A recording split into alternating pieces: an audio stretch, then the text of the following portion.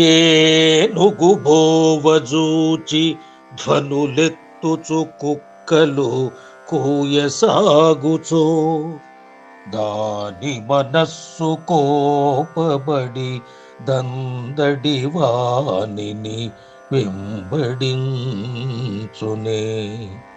మానవులందు సజ్జనుల మత్తులు కొందరు గేలిసేయుచో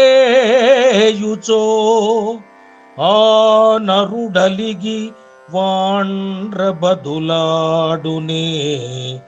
ధర్మపురి నృకేసరి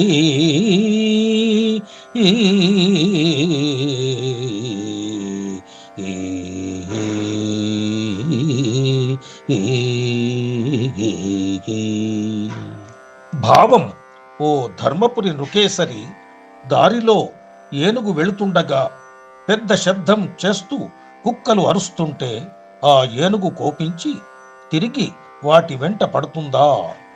అది కనీసం చూడదు కూడా. మత్తులైన దుర్మార్గులు కొందరు సజ్జనులను అవహేళన చేస్తే ఆ వ్యక్తి కోపముతో బదులిస్తాడా?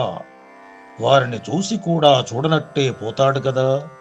అట్లే శ్రీహరి భక్తులను ఎవరైనా గేలి చేస్తే వారికి జవాబు ఇవ్వడం వృథా అంటూ ఏనుగు పోంగా కుక్కలు మొరిగినట్టు అనే సామెతను ఇక్కడ ప్రస్తావించాడు శేషప్ప. సమాజములో ఇలాంటి భక్తులకు కలిగిన అవమానాలను అన్యాపదేశంగా ప్రస్తావించి వాటిని లెక్కలోకి తీసుకోవద్దని సూచిస్తాడు శేషప్ప.